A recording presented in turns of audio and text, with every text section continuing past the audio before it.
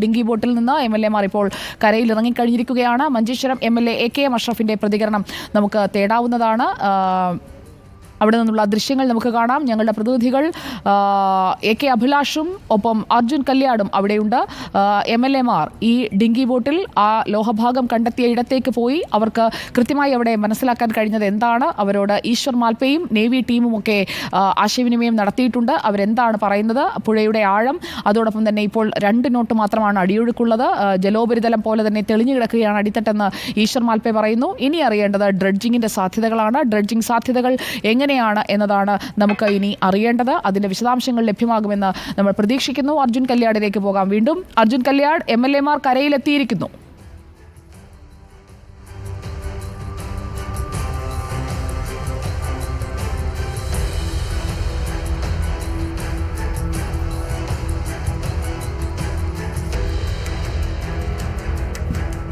കേൾക്കാമോ?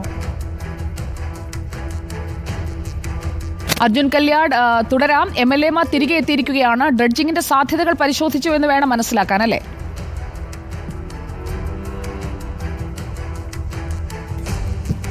കേൾക്കാം.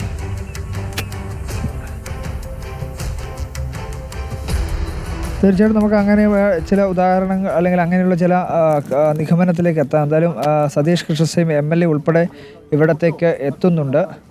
നമുക്ക് എന്താണ് അവിടെ പരിശോധിച്ചെന്ന കാര്യത്തിൽ നമുക്കൊരു വ്യക്തത തേടാവുന്നതാണെന്നാണ് നമുക്ക് തോന്നുന്നത്. അല്പസമയത്തിനകം തന്നെ പുഴയിലെ പരിശോധനയിൽ കണ്ടെത്തിയതെന്ത്? മഞ്ചേശ്വരം എംഎൽഎ എ.കെ.എം. അഷ്റഫിനോട് അവലോകന യോഗത്തിലും ഒപ്പം പുഴയിൽ ലോഹഭാഗം കണ്ടെടുത്ത ഭാഗത്ത് നേരിട്ട് കൊണ്ടുപോയി ബോധ്യപ്പെടുത്തിയത് എന്തൊക്കെയാണ്? അവയിലാണ് നമുക്കിനി ഒരു വ്യക്തത വരേണ്ടത്.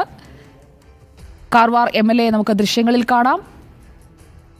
ഡിങ്കി ബോട്ടിൽ ലോഹഭാഗങ്ങൾ കണ്ടെത്തിയ കോണ്ടാക്ട് 1 and 2 അവിടേക്ക് പോയതിനു ശേഷമാണ് എംഎൽഎ ഇപ്പോൾ തിരികെ എത്തിയിരിക്കുന്നത്. പരിശോധനാ സ്ഥലത്തേക്ക് നേരിട്ട് പോയിരിക്കുന്നു എംഎൽഎമാർ. നേരത്തെ മൺകൂന രൂപപ്പെട്ട ഇടത്തും നേരത്തെ തെരച്ചിൽ നടന്ന വേളയിൽ നമ്മൾ അവരെ കണ്ടതാണ്. എ.കെ.എം. അഷ്റഫ്, മഞ്ചേശ്വരം എംഎൽഎ ഇപ്പോൾ തിരികെ എത്തുകയാണ്.